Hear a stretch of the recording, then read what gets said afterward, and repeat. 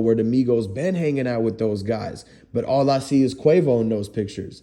And so you just got to look at the fact that if you didn't see Takeoff in the car and you don't see Takeoff in the pictures before years ago on the IG, then it's like, did they check him in? Do they really mess with him? Like, we really don't know. And so that's why everybody's asking these questions. That's where the whole thing came from, is because the fact that at one point the Migos got separated and everybody was trying to say that Takeoff was actually in the Sprinter van behind them. There was no Sprinter van behind them. The Sprinter van was parked on the side of the venue when they pulled up after the fact to get together, because they had all of their luggage and everything in there, all of the stuff they brought. Even they had the person who's with them, like more assistants who do the fashion, the clothes for them, because everywhere that the Migos go, they pop out with their clothes. They always got the latest fashion on, and it's because they keep a fashion designer with them like right there. So whenever they're on tour, so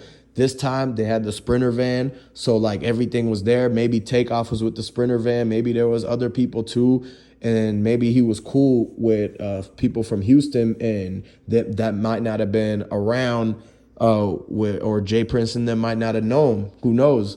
But you got to understand that the whole situation of them and the Sons, Jay Prince Jr.'s and the Sons throwing the party like that and having something bad happen, not just once, but, on 2 occasions, it's just like, man, you gotta straighten them out and make sure that they're not ruining anything coming, because a lot of people, they gotta show their respect. They feel like Jay Prince did a certain stuff for the city and put people on and things like that. So a lot of people want to still like give him the respect and all that. But then on the other hand, you got the Sons who are right now like on the hot seat, where everybody's like, why are they getting into all this mess? It's just like Tootie Raw and Boosie's son and T.I.'s son and stuff like that.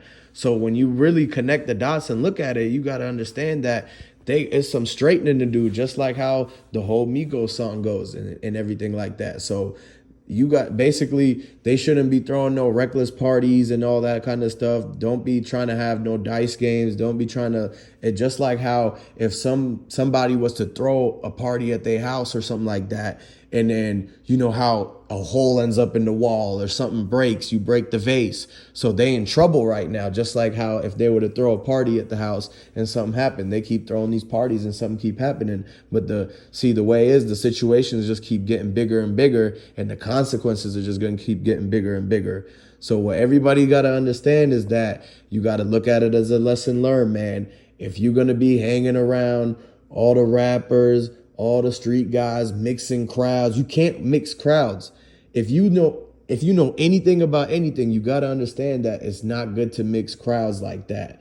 When you got people from all, like, not necessarily, I'm saying all walks of life, but mixing crowds where it just don't make sense. Like, you don't mix people who are looking for a lick versus people who are walking licks. You don't mix that, because then it's like if people are finessers and they get it a certain type of way, and you're the guy that's coming around, like, you only gonna be here 1-2 nights. You got to understand that, things can turn quickly. And so that's just another thing that you got to keep in mind, and just make sure you understand that, nothing just happens for no reason. Like, everything is basically a situation where it's a cause and effect. You did this and this happened. You went here and this happened. You got into this crowd. You went to this party. Don't be surprised if you're out there trying to be reckless, or being around or being in the limelight, that, there's more attention than you expected. And so with that being said, make sure you subscribe to the channel, like this video, and come back for more breaking news. I'm going to catch you on the next one. But the charges that Jay Prince Jr. is actually charging Quavo for doing the security work for him and for doing the whole entire dice game where they finessed him. They basically took their money, guys. And so that's why that whole argument started with Quavo and Jay Prince Jr. inside. And y'all are figuring it all out because of the fact that everybody knows Jay Prince Jr. has something to do with the situations with Boosie, Duke the Jeweler, and now you got in the whole situation with Takeoff.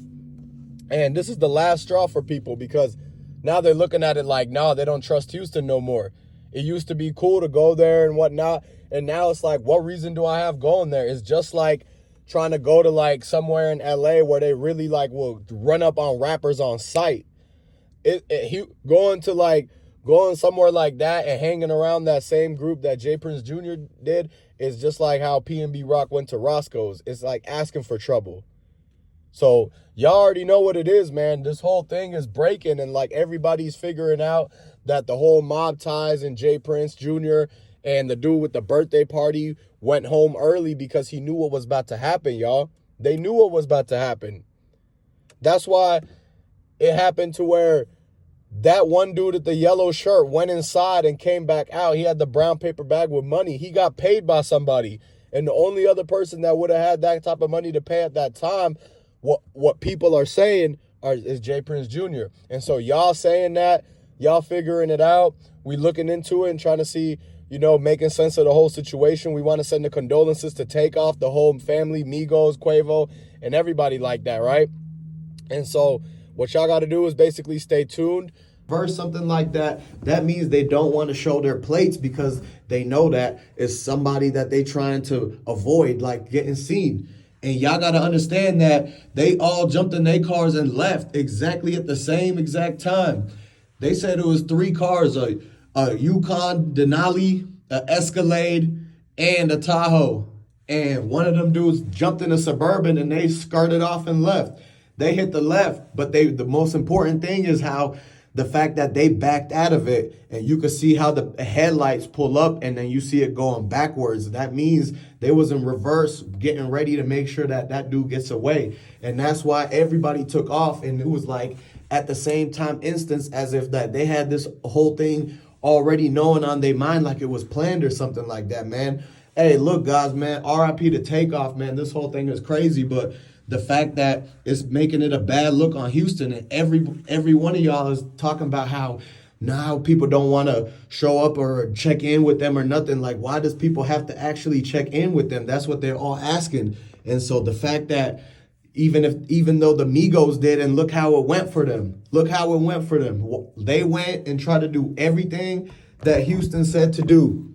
They went there and checked in with every one of them. J Prince Jr., all the guys there, they were riding in Fifth Ward with them. Like, what's the point of even going there and everything like that? Like, what did they even look at? That's the crazy thing. And then how is it that the dude that it was his birthday party ends up leaving early and going, like, he didn't even cut the cake. They did not light no candles or cut no cake. Like, we didn't see that on any of those stories. All them Instagram pictures and stories that we looked at, it was no candles, no cake. They didn't do that. The dude he was there, and then all of a sudden, just like all the blink of an eye, the dude was gone, and then everything happens. And then how did the dude in the yellow shirt end up hiding and ducking down and then running inside after everything happened and had enough time to grab a brown paper bag that everybody's saying that he grabbed? Like, y'all figured it out that he got that brown paper bag, and it could have been allegedly money in there or whatever, but all they know is that J Prince Jr. wiped the stuff off of his face, and he came back into the building and he went inside, and it was like he walked by. And that's why everybody's saying, why didn't he go and do anything to help? And that's why everybody's looking at it like, dang, man, this is crazy. They know exactly what's going on. Like, everybody now sees it for what it is and exactly what happened out there. And you just have to realize that this thing is an entire situation that could have been avoided. Like, they either knew about it or they could have stopped it from happening in the first place. Because how is it that the weirdest argument ever breaks out, like y'all ever seen it? And right after that,